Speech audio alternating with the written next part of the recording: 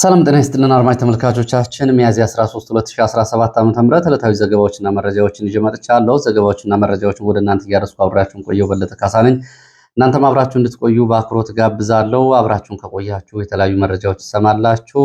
የሚሊሻ አባላት፣ የቀድሞ የፋኖ አባላት አሁን የሚሊሻ አባላት የሆኑ የሰሩት አስደናቂ ኦፕሬሽን አለ። እሱን በተመለከተ መረጃ የማደርሳችሁ ይሆናል። ሌሎች አካባቢዎችም ያሉ እንደዚሁ የግንባር መረጃዎችን አደርሳችኋለሁ። ዛሬ ከፋሲካ በዓሉ ማግስት ነው የምንገኘው። ትላንትና በዓል እንዴት አለፈ፣ በየአካባቢው እንዴት ነበር የሚሉትን አስተያየቶች ልታደርሱ ይችላላችሁ። ከዛ ባሻገር በተለያዩ ጉዳዮች ላይ የምታደርሷቸውን ሀሳቦችና አስተያየቶች ያጠናክራችሁ ቀጥሉ። በኢሜል አድሬስ ጥቆማ@gmail.com ላይ በርካቶቻችሁ ሀሳቦችን እየላካችሁ ስለሆነ በእጅጉ ነው የማመሰግነው። አሁን በርካታ ሀሳቦችን ልካችሁልኛል፣ መለከታቸዋለሁ። በሌሎቹም እንዲሁ የመገናኛ ዘዴዎች የመልእክት መላላኪያዎች እንደ ትዊተር፣ ዋትሳፕ፣ ቴሌግራም፣ ሜሴንጀር መልእክቶችን እያደረሳችሁ ስለሆነ በእጅጉ ነው የማመሰግነው። ሀሳብ አስተያየት፣ ጥቆማ ካላችሁ በየአካባቢው ልታደርሱ ትችላላችሁ። ወልሼ ወደ እናንተ የማደርስ ይሆናል። እንግዲህ በዚህ ሰዓት ከያዝኳቸው መረጃዎች መካከል በርካታ መረጃዎች አሉ ወደ ግንባር መረጃ የሚወስዱን። ከዛ በፊት ግን ከወልቃይት አስተዳደር የተሰጠ መግለጫ አለ። እሱን መግለጫ ወደ እናንተ አቀርባለሁ። ሰሞኑን ህወሓት ያወጣውን መግለጫ ተከትሎ ምላሽ ተሰጥቷል። ባለፈው የአማራ ቴሌቪዥን ወይም አማራ ሚዲያ ኮርፖሬሽን እየተባለ የሚጠራው ዘገባ በተመለከተ ህወሓት ያወጣው መግለጫ አለ። ለዚህ መግለጫ ምላሽ ሰጥቷል የወልቃይት ጠገዴ ሰቲት ሁመራ ዞን አስተዳደር። መግለጫውም እንግዲህ ባጭሩ እንደሚከተለው ይቀርባል። ትላንትም ዛሬም ነገም አጀንዳችን ሰላም ነው ይላል መግለጫው በመግቢያው። ህወሓት ሚያዝያ 10 2017 ዓ.ም የወልቃይት ጠገዴ ሰቲት ሁመራ ዞን የተመለከተ መግለጫ ማውጣቱን ለመረዳት ችለናል። ቡድኑ በመግለጫው እንደተለመደው ራሱን የሰላም ዘብ አድርጎ በማቅረብ የወልቃይት ጠገዴ ሰቲት ሁመራ ዞን የሚያደርገውን የሰላም የልማት እንቅስቃሴ በጸብ አጫሪነት ወንጅሏል። ከህወሓት ጥንተ ተፈጥሮ አንጻር የወጣው መግለጫና መግለጫው ይዘት የሚያስገርም ባይሆንም አንዱ ወገን የፈለገውን ተናግሮ ሌላው ጉዳዩን በዝምታ ማለፉ የዚያኛውን ወገን መሰረተ ቢስ ውንጀላ የእውነተኝነት ገጽታ ስለሚያላብሰው ይህንን አጭር ማስታወሻ ለማቅረብ ተገደናል። የወልቃይት ጠገዴ ሰቲት ሁመራ የህዝብ የትላንትም የዛሬም የነገም መሪ አጀንዳ ሰላምና ሰላም ብቻ ነው።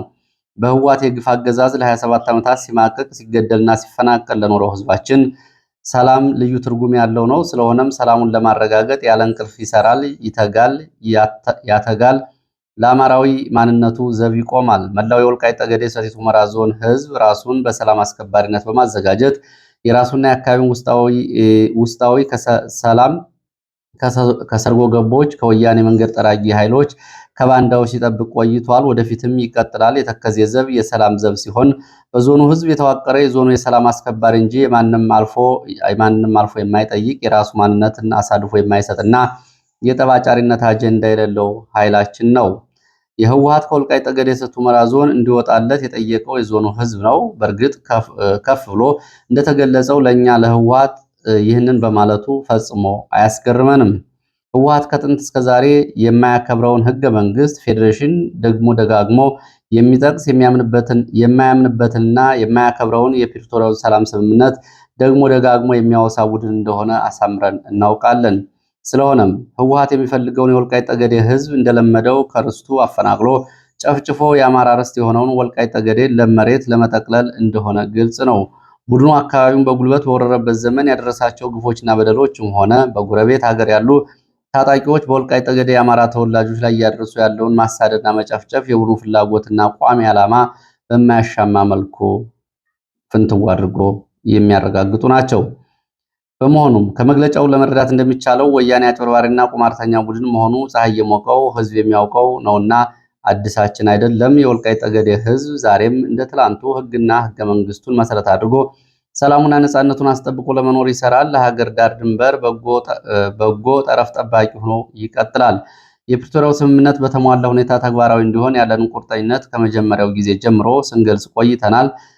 የስምምነቱ በተሟላ ሁኔታ ተፈጻሚ መሆን ለዞናችን ህዝብ ሳይሆን ለመላው ኢትዮጵያን ዘላቂ ሰላም በጣም አስፈላጊ መሆኑንም እንገነዘባለን። በአማራ ብሔራዊ ክልላዊ መንግስት የወልቃይት ጠገዴ ሰቲት ሁመራ ዞን የተሰጠ መግለጫ ነው። ሁመራ ከተማ ሚያዝያ 12 2017 ዓ.ም መግለጫው እንግዲህ የዞኑን አስተዳደር አቋም የሚያንጸባርቅ ነው። ያው ህወሓት ለሰጠው መግለጫ የተሰጠ ምላሽ ነው። ከዚህ ጋር በተያያዘ እንደዚሁ የህወሓት ጉዳይ ከተነሳ አንድ ተጨማሪ መረጃ ላድርስ።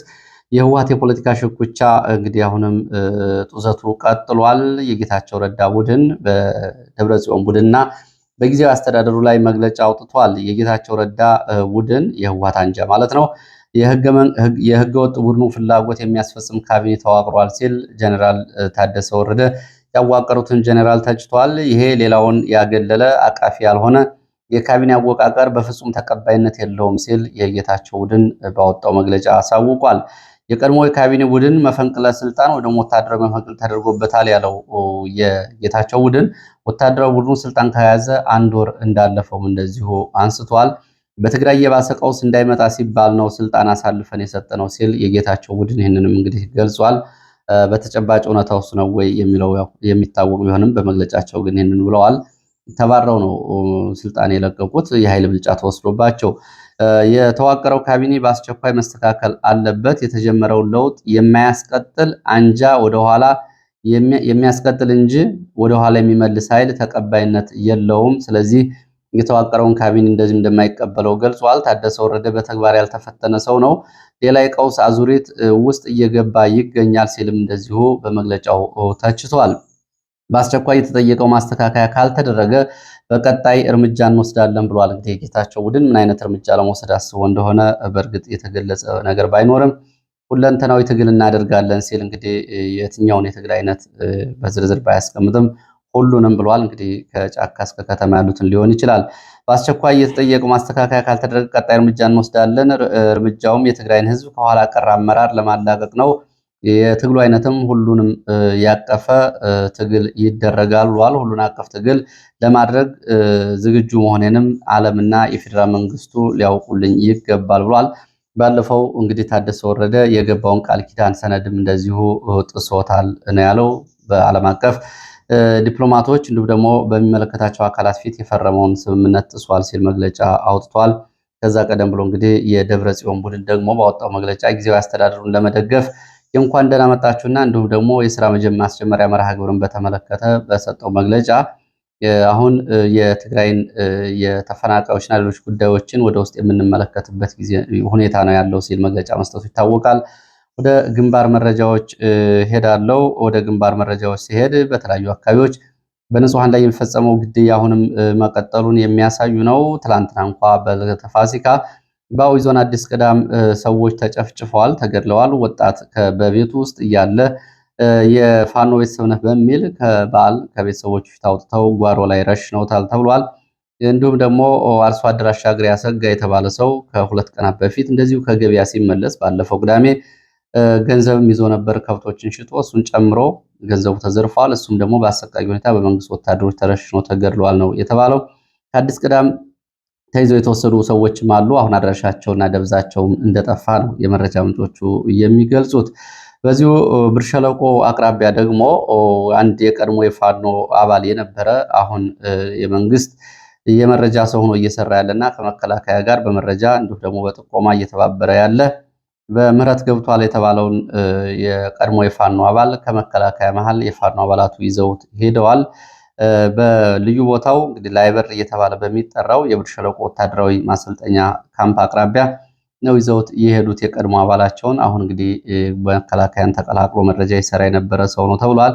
ይህንን ሰውዬ ይዞ ለመሄድ የተኩስ ሽፋን የሰጡ ፋኖና እሱን ለማስቀረት እንደዚሁ ተኩስ ከፍተው የነበሩ የመከላከያ አባላት እንደነበሩ የገለጹት የመረጃ ምንጮች የመከላከያ አባላትም ከመወሰድ አላዳኑትም፣ እንዲሁም ደግሞ በተኩሱም የደረሰ ጉዳት የለም ነው ሲሉ የገለጹት። ልዩ ቦታው ብር ሸለቆ ወታደራዊ ማሰልጠኛ በር ላይ ነው።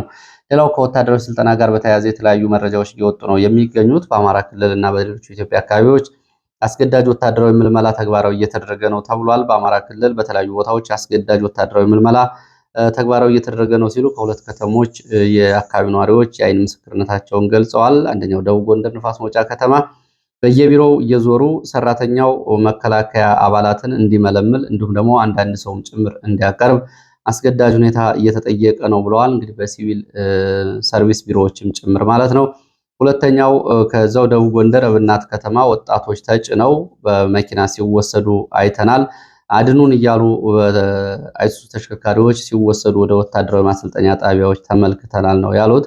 ከሚያዝያ 1 2017 ጀምሮ በየአካባቢው አስገዳጅ መከላከያ አባላት ምልመላ እየተደረገ እንደሆነ የመረጃ ምንጮቹ ገልጸዋል። ከዚህ ጋር በተያያዘ እንግዲህ ላለፉት 4 ዓመታት ያለማቋረጥ ወታደራዊ ምልመላ ለ3 ወራትም ለ6 ወራትም ስልጠናዎች እየተሰጡ ነው የሚገኙት። በየጊዜው የሚሰለጥነው ሰራዊት ቁጥር እንግዲህ ወደየት እየሄደ ነው የሚለው ከዚሁ ከተራዛሚ ጦርነት ጋር የተያያዘ ጉዳት እያስተናገደ ከስምሪት ቀጠናው እየወጣ መሄዱን ተከትሎ አዳዲስ ኃይል እያቀረቡና አብይ ደግሞ ጦርነቱን ለመቀጠል ስለመወሰናቸው የሚያሳይ ነው የሚሆነው። በተደጋጋሚ ለሀገር ውስጥ ኃይል አይደለም ወታደር የምናሰለጥነው ሌላ ተዛማጅ ሀገር አቀፍ ደግሞ ኢትዮጵያን ከሩቁ ሌሎቹ እንዲፈሩ ለማድረግ ነው ቢሉም በተደጋጋሚ አሁን ያለው መከላከያ ሙሉ አቅሙን ለሀገር ውስጥ ጦርነት እየተጠቀመ መሆኑን ነው መረጃዎች የሚያሳዩ። አየር ኃይል በተደጋጋሚ በሰው አልባና እንዲሁም ደግሞ በጦር አውሮፕላኖች የሚፈጽማቸው ጭፍጨፋዎች የመካናይዝድ ኃይል ስምሪት የባህር ኃይል ጭምር ሳይቀር አሁን በአማራ ክልል በተለያዩ አካባቢዎች ባሉ ውጊያዎች ተሰማርቶ ነው የሚገኘው። በኦሮሚያም በተመሳሳይ እንደዚሁ በርካታ ኃይል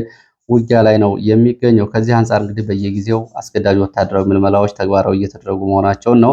እንግዲህ ከዚህ ባሻገር ፖለቲካዊ መፍትሄ ለመስጠት ዝግጁ አለመሆናቸውን ነው አሁንም የሚያሳየው።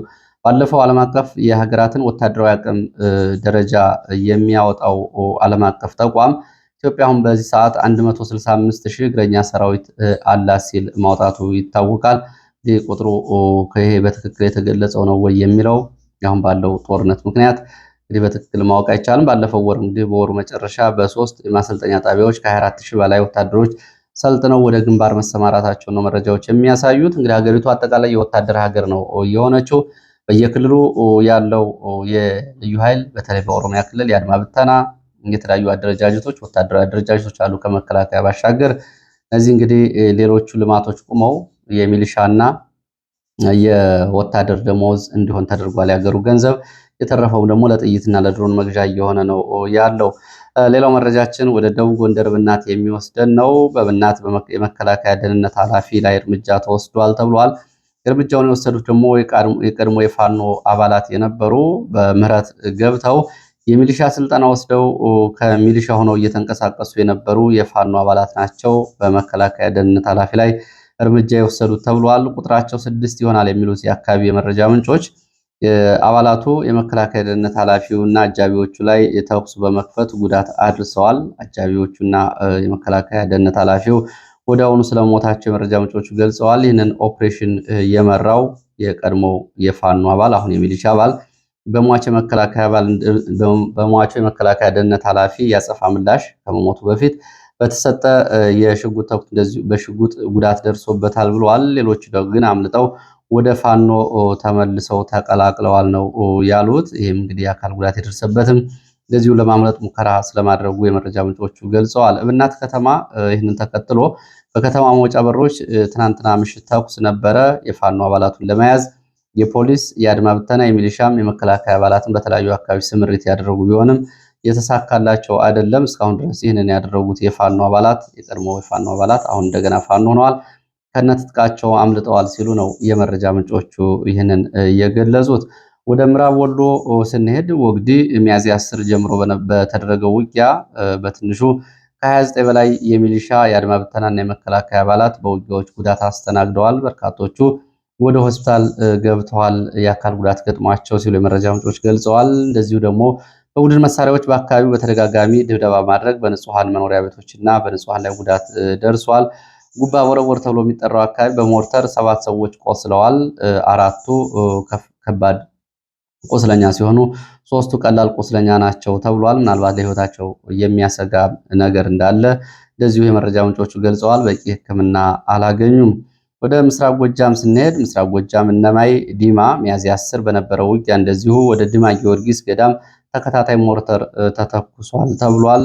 የደረሰው ጉዳት በዝርዝር አልታወቀም። ከአሁን በፊት ሌሎች አካባቢዎች እንደሚደረገው በገዳማት በሃይማኖት ቦታዎች ላይ እንደዚሁ ተደጋጋሚ ውጊያ ይደረጋል። እዚሁ ምስራቅ ጎጃም ደብረ ኤልያስን ማስታወስ ይበቃል። ሲኖዳ ተብሎ በሚጠራ ቀበሌም እንደዚሁ ከባድ ውጊያ ተደርጓል። የፊት ለፊት ውጊያ። በዚህ ውጊያ ከፍተኛ ሰብአዊ፣ ቁሳዊ ጉዳት ደርሷል። ወታደራዊ ኪሳራን ጨምሮ ከ23 በላይ መንግስት ወታደሮች ሙትና ቁስለኛ ስለመሆናቸው የመረጃ ምንጮች ገልጸው በፋኖ በኩልም 4 የፋኖ አባላት ጉዳት አስተናግደዋል ተብሏል። የቤት ለቤት አሰሳ በሚል በሚሊሻ አባላት በርካታ ቤቶች ንብረት ተዘርፏል። ሰዎች ተደብድበዋል። ታስረው የተወሰዱም አሉ። እስካሁን አድራሻቸው ያልታወቀ ነው የተባለው። ሌላው ባለፈው ሚያዝያ 9 2017 እዚሁ ምስራቅ ጎጃም የተፈጸመውን የሰው አልባ አውሮፕላን ጭፍጨፋ በተመለከተ የአማራ ማህበር በአሜሪካ መግለጫ አውጥቷል። ማህበሩ ባወጣው መግለጫ በንጹሐን ላይ የደረሰው ጉዳት በእጅጉ አሳዛኝ ነው ሲል ድርጊቱን አውግዟል። ለንጹሐን ተጎጂ ቤተሰቦች መጽናናትን ተመኝቷል። ድርጊቱ ፈጽሞ የሚወገዝ ነው፣ ተቀባይነት የለውም ሲል ነው የአማራ ማህበር በአሜሪካ ያሳውቀው። ዓለም አቀፍ ሕግጋትን የጣሰ ድርጊት ነው። ዓለም አቀፍ ማህበረሰቡ ሊያወግዘው ይገባል ይህንን የድሮን ጭፍጨፋ ብሏል። አብይ አህመድ ስልታዊ በሆነ መንገድ በአማራ ላይ እየፈጸመ ያለው የዘር ማጥፋት ማሳያ ስለመሆኑን ተከታታይ የድሮን ጥቃቶችን ገልጿል። በነፃና በገለልተኛ አካላትም እንደዚሁ ይህ ጭፍጨፋ የድሮን ጭፍጨፋ ሊመረመርና ሊጣራ ይገባዋል ሲል ጠይቋል። በድርጊቱ ተሳታፊ የነበሩ አካላትና የድሮን ቴክኒሽያኖች ጭምር ሳይቀር ለሕግና ለፍትህ እንዲቀርቡ እንደዚሁ ተጠይቋል። በአማራ ላይ የሚፈጸመው የሰው አልባ አውሮፕላን ጭፍጨፋ ሊቆም ይገባል ተብሏል። በነገራችን ላይ ተከታታይ በንጹሐን ላይ የሚደርሱ ጉዳቶች በየቀኑ እየወጡ ባለበት ሰዓት ብዙ ማህበራዊ ሚዲያው ሽፋን ሰጥቷቸው አይታይም። አሁን የአየር ድብደባውንም የንጹሐን ሞቱንም ወደ መላመድ መጥቶ ማህበራዊ ሚዲያው የጎንዮሽ ትግል ውስጥ የገባ ነው የሚመስለው። ዋናው በህዝብ ላይ ግፍና ሰቆቃ እያደረሰ ያለውን አካል ከማውገዝ በዚህ በኩል መረጃዎችን ከማጋለጥና ትኩረትን በዚህ በኩል አድርጎ ከመስራት ይልቅ የጎንዮሽ ሽኩቻዎችን፣ የጎንዮሽ ተኩሶችንና የጎንዮሽ ፕሮፓጋንዳና ዘመቻዎች ላይ ትኩረት አድርጎ የሚታየው የሰሞኑ ዘመቻዎች በአግባቡ ተመልክታችኋቸው ከሆኑ ማህበራዊ ሚዲያ ላይ ያለው ጉዳይ እሱ ነው። አንዱ የአንዱን የፋኖ ቡድን እያነሳ ያወግድሳል፣ አንዱ ሌላው ደግሞ እንደዚሁ በሌላው ያንኳሳል። ይሄ ብዙዎቹን በተለይ ትግሉን ተስፋ ጥለውበት የነበሩ ሰዎችን የስነ ልቦና ጫና ውስጥ እየከተተ እንደሆነ የተለያዩ ሰዎች እንግዲህ በአካልም በስልክም የሚጠይቁ አሉ። ይህም እንዳሳዘናቸው ድርጊቱ መቆም እንዳለበት የሚገልጹ አሉ። በአጠቃላይ ድርጊቱ መቆም ያለበት ጉዳይ ነው። ሁሉም ሰው ከስሜት ወጥቶ ሁኔታዎችን ሲመዝናቸው ሊጸጽተው የሚገባ ጉዳይ ነው። በዚህ በኩል አንድነት ይልቅ አንዱ ፋኖ ጠፍቶ አንዱ ፋኖ ወደፊት፣ አንዱ ፋኖ አጥፊ አንዱ ጠፊ እንዲሆን ቅስቀሳ የሚያደርጉ አካላት የኋላ ኋላ የሞራል ተጠያቂነት የሚኖርባቸው መሆኑን በደንብ ሊታወቅ ይገባል። ማህበራዊ ሚዲያው ላይ ያለውም ስምሪት ከዚህ አንጻር መታረም ያለበት ጉዳይ ነው። እንደውም አንዳንዶቹ ሚዲያዎችን እንደዚህ ነፃና ገለልተኛ የሆኑ ሚዲያዎችን ጭምር በመተቸት ይሰማሉ። ኑ የኛን ሀሳብ ጎተን እኛ ጋር እናቁማችሁ ወደዚህ ኑ የሚሉ አይነት ነገሮች ናቸው። ሁሉም ሰው በዚህ ጉዳይ ላይ ገለልተኛ ሆኖ ስሜቱን ውጦ ከዋናው አጀንዳ ወጥቶ የሚያደርጋቸው ነገሮች ነገና ከነገ ወዲያ ራሱንም በታሪክ ተጠያቂ የሚያደርጉት የሞራል ኪሳራ ውስጥ የሚጥሉት ከዛ ለመውጣት ደግሞ ሌሎች ተጨማሪ ያልሆኑ ነገሮችንም እንዲሰራ የሚያደርጉት ጉዳዮች መሆናቸው በደንብ ሊታወቅ ይገባል። ሌላው ወደ ወልቃይ ተመልሰን ስንሄድ በሱዳን በኩል የሚገኘው የሳምሪ ጦር ሸረሪና ተብሎ በሚጠራው አካባቢ ወታደራዊ ስልጠና እያደረገ መሆኑን የመረጃ ምንጮች ገልጸዋል። ባለፈው ሳምንት ጀምሮ የቡድን መሳሪያዎችን ልምምድ እያደረገ ነው የሚገኘው። ይሄ ሳምሪ ቡድን እንግዲህ ሱዳን ውስጥ ባለው ውጊያ እየተሳተፈ የሚገኝ ነው። 4 ክፍለ ጦር የህወሓት ቡድን አለ። አዛዡ ጀነራል ሙዘይን እንግዲህ ጀነራል አልቡርሃን የቅርብ ሰው ናቸው። ታጣቂዎችን ለሱዳን ጦርነት በቅጥረኝነት ጭምር አቅርበው እያጓጉ ያሉ ናቸው። አሁን ለዚህ ምላሽ በሚሆን የመሳሪያ ድጋፍ ተደርጎላቸዋል ነው የተባለው። ጀነራል ታደሰ ወረደ ወደ ስልጣን ከመጣ በኋላ በሱዳን የሚገኘው የህወሓት ኃይል ስልጠና መጀመሩና በጀነራል ታደሰ ወረደ ደግሞ የትኛውንም እርምጃ ወስደን የትኛውንም አካባቢ የትግራይ ሉዓላዊ ግዛት በኃይል እናስመልሳለን ከሚለው እንቅስቃሴ ጋር ተናባቢ የሀገር ውስጥና የውጭ እንቅስቃሴ ነው የሚመስለው። ወደ ሸዋ ስንሄድ ሸዋ ሚዳ መራኛ የመከላከያ አባላት አብዛኞቹ ቀጠናውን ለቀው ወጥተዋል ነው የተባለው። በርካታ የመከላከያ ሰራዊት እዚህ አካባቢ ሰፍሮ የነበረው ወደ ወረኢሉና ጃማ ወጥቶ ሄዷል። አካባቢው አብዛኛው ለአድማ ብተናና ለሚሊሻ አስረክበው ወጥተዋል ነው የተባለው። ከዚህ ጋር በተያያዘ 6 የመንግስት ኃይሎች የመንግስት ኃይል አባላት የሚሊሻና የመከላከያ አባላት ቀጠናውን ለቀው ወደ ፋኖ ተቀላቅለዋል ነው የተባለው። 2 ሚሊሻ 4 የመከላከያ አባላት ናቸው ወደ ፋኖ የተቀላቀሉት። በትላንትናው ዕለት መከላከያ ይህንን ካምፕ ለቆ ሲወጣ በነበረው ግርግር ምክንያት ከመከላከያ ጠፍተው ወደ ፋኖ ተቀላቅለዋል ተብሏል። የአማራ ፋኖ በሸዋ ጠቅላይ ግዛት ራምቦ ክፍለ ጦር እንደተቀላቀሉ ነው መረጃዎች የሚያሳዩት። ከድሮን ጥቃት ጋር በተያያዘ እንደዚሁ እየወጡ ያሉ መረጃዎች አሉ። በድሮን የአየር ኃይል ጋር በተያያዘ እየወጡ ያሉ መረጃዎች የድሮን ድብደባና ጥቃት ተጠናክሮ ይቀጥላል የሚል መረጃ ነው እየወጣ ያለው። በርካታ አካባቢዎች የልየታ እና ሪፖርት ተደርገዋል። የድሮንና የአየር ድብደባ ይደረግባቸዋል የተባሉ ቦታዎች የሲቪልና ወታደራዊ መረጃዎችም እንደዚሁ በብዛት ተሰማርተዋል። ሰርጎ ገብ የመረጃ ሰዎችም እንደዚሁ በከፍተኛ ገንዘብ ተቀጥረዋል ነው የተባለው። ሰርጎ ገቦቹ ከገንዘብ ባሻገር የተለያዩ ጥቅማ ጥቅሞችም ይሰጣቸዋል በሚል ቃል ተገብቶላቸዋል። ለዚህም እንግዲህ የመረጃ ስራዎችን እየሰሩ ይገኛሉ ነው የተባለው። ከዚህ ጋር በተያያዘ እንግዲህ የቅድመ ክረምት ዘመቻ እቅድ ነው ይሄ የሚሉት የመረጃ ምንጮች ኩታ ገጠም ዘመቻዎችን እንግዲህ በተለያዩ አካባቢዎች በወረዳ በዞን በቀበሌ ኩታ ገጠም ዘመቻዎችን ማድረግ የአድማ ብተናና የሚሊሻ ኃይል 100% በውጊያ እንዲሳተፍ የመከላከያ ደግሞ እግረኛ መካናይዝድ እንዲሁም ደግሞ አየር ኃይል እንደዚሁ አስፈላጊውን ስምሪት እንዲያደርግ ነው የቅድመ ክረምት ዘመቻ እቅድ የተያዘው ብለዋል። እንግዲህ ለዚህ እንግዲህ ድሮን እና የአየር ኃይል ድብደባ ተጠናክሮ ይቀጥላል የተባለው በዚህ በኩል እንግዲህ ሲቪሊያን አስፈላጊውን ጥንቃቄ ሊያደርጉ ይገባል። ወደ አፍሪካ ቀንድ መረጃዎቻችን ስንሄድ የሱዳንን ጉዳይ ነው የምናገኘው። የሱዳን የጸረ ሽብር ፍርድ ቤት ፈጥኖ ደራሽ ኃይሉን አዛዥና ታናሽ ወንድማቸውን እንደዚሁ ክስ መስርቶባቸዋል። ጀነራል መሐመድ ሐምዳን ደጋሎ እና ወንድማቸው አብዱላ ራሂም ላይ ነው ክስ የተመሰረተው። ይህም 2023 ዓ.ም በምዕራብ ዳርፉር ለተፈጸመው የዘር ጭፍጨፋ ዋና መሪና ተዋናይ ናቸው በሚል ነው ክስ የተመሰረተባቸው። በጄኖሳይድ ነው እንግዲህ ክስ የተመሰረተባቸው። ከዛ ባሻገር ሰሞኑን ዘምዘም ተብሎ በሚጠራ ወታደራዊ ጣቢያ ላይ ለተፈጸመ የዘር ፍጅትም እንደዚሁ ክስ ቀርቦባቸዋል በዓለም አቀፉ ፍርድ ቤት። አርኤስኤፍ ደግሞ በአልፋሻር ከተማ የሚገኙ ከ100 ሺህ በላይ ሰዎችን ከተማውን ለቀው እንዲወጡ እያደረኩ ነው በከተማው ጦርነት መኖሩን ተከትሎ ብሏል። በአንጻሩ የሱዳን መንግስት ደግሞ በዚሁ ከተማ በተጠቀሰው ከተማ ንጹሐንን የጦርነት ከለላ እያደረገ ፈጥኖ ደራሽ ኃይሉ በርካታ ንጹሐንን እየጨፈጨፈ ነው ብሏል። ባለፈው ቅዳሜ እንኳ 7 ከዛ በፊት ቀደም ብሎ ከ223 በላይ ንጹሐን በዚህ ከተማ እንግዲህ የጥይት ማብረጃ ሆነው ተገድለዋል ሲል ነው የሱዳን መንግስት እየገለጸ የሚገኘው። ለዚህ ሰዓት ያስኳቸው አጫጭር መረጃዎች እነዚህ ነው የሚመስሉት። ስለተከታተላችሁ በእጅጉ ነው የማመሰግነው። እንግዲህ አስተያየቶቹ ላይ ያው የሚመጡ አስተያየቶች ናቸው። በተለይ ሚዲያ አጠቃቀሙ ላይ በህዝብ ላይ እየደረሰ ያለውን ግፍና ሰቆቃቶ ወደ ጎን ያሉ ፍትጊያዎችና ሹኩቻዎች መቆም አለባቸው። በዚህ በኩል ብልጽግና በየቀኑ እያወጣ የሚለቃቸው የስልክ ቅጂዎችም እንደዚሁ ከስልክ ጥንቃቄ ጋር በተያያዘ የሚመጡ አውዳሚ የሆኑ የፕሮፓጋንዳ መረጃዎች ናቸው። ይህንንም ጥንቃቄ ማድረግ ያስፈልጋል። የሚዲያ አጠቃቀም እንዲሁም ለአሉታዊ ጉዳይ መጠቀም ህዝቡን ሞራልና ስነልቦና በመጠበቅ በኩል ሚና ይኖረዋል። ለዚህ ሰዓት የነበሩ መረጃዎች እነዚህ ናቸው። በሌላ ተመሳሳይ መርሃ ግብር እስከምንገናኝ ድረስ ስለተከታተላችሁ በእጅጉ አመሰግናለሁ። ሀሳብ አስተያየት፣ ጥቆማ ካላችሁ ጥቆማ@gmail.com፣ ቴሌግራም፣ ሜሴንጀር፣ ዋትሳፕ እንዲሁም ደግሞ በትዊተር ታደርሱ ይችላላችሁ። በሌላ መረጃ እንገናኛለን። መልካም ጊዜ